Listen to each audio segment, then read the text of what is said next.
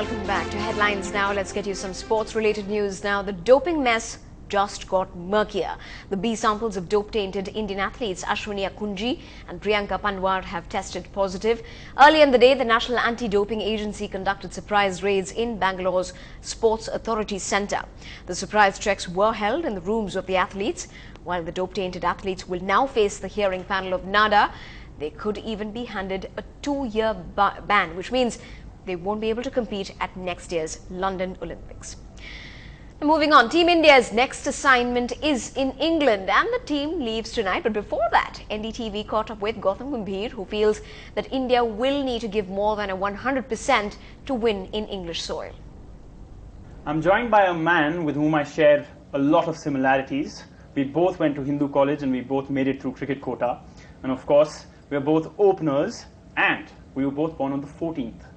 Now, the funny thing is that he does his talking on the field with the bat, while I do it as a journalist off the field. Thank you so much for joining us, Gautam. Pleasure. Firstly, everyone wants to know how's your shoulder, and of course, you have recovered. But will you be able to throw, in the Definitely, I think I'm absolutely fine now, 100% fit.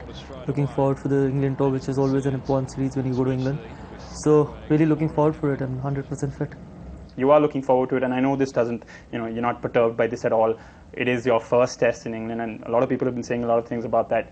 But have you done any kind of, special training or net practice for the fact that it's going to be seamer-friendly conditions out there? Nothing. I think it's more in the mind, because ultimately you can't change a lot of things in 1, 2, 3 weeks when you get that break. So the important thing is how mentally tough you are and how mentally ready you are for the challenge. And when you play in different conditions, it's always a great challenge, and that is what international cricket is all about. When you go to alien conditions, you want to test yourself in different conditions. So really looking forward for it.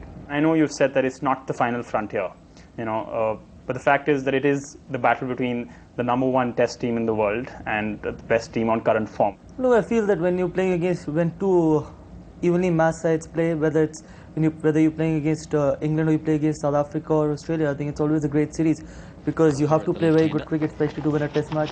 It's over 5 days, so you've got to play very good cricket for those 5 days. And when you're playing against England in their own backyard, especially where they do really well in their own condition, and they're a very good side in their own condition, so you really need to be up for it. Maybe you have to give more than 100%, and all the three, you need to fire in all the three fields, whether it's bowling, batting or fielding. So you've got to play as a cohesive unit. 1 or 2 people cannot end up winning this series for the team. It has to be from every individual. They have to contribute. So it's got to be a good series, because that is what everyone wants to watch. When two evenly matched teams play, they want to watch some good cricket. Any particular thoughts on the fearsome pace attack that England boast of with Tremlett and Anderson and Broad?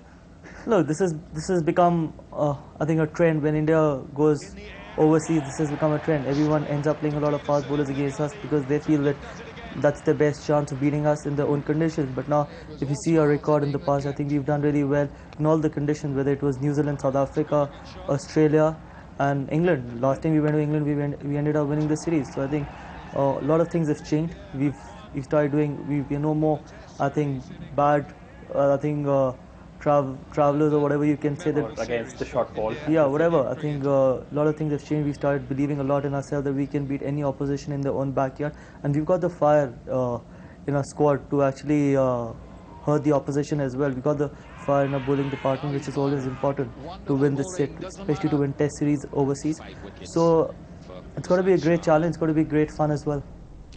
Moving on, it was a comical robbery at Ananagar. 3 conniving men who posed as regular customers enjoyed the day at a city spa with a lavish shave and haircuts, but the joyride came to a screeching halt when the men turned in knives and stole beauty products when they were handed out their bills.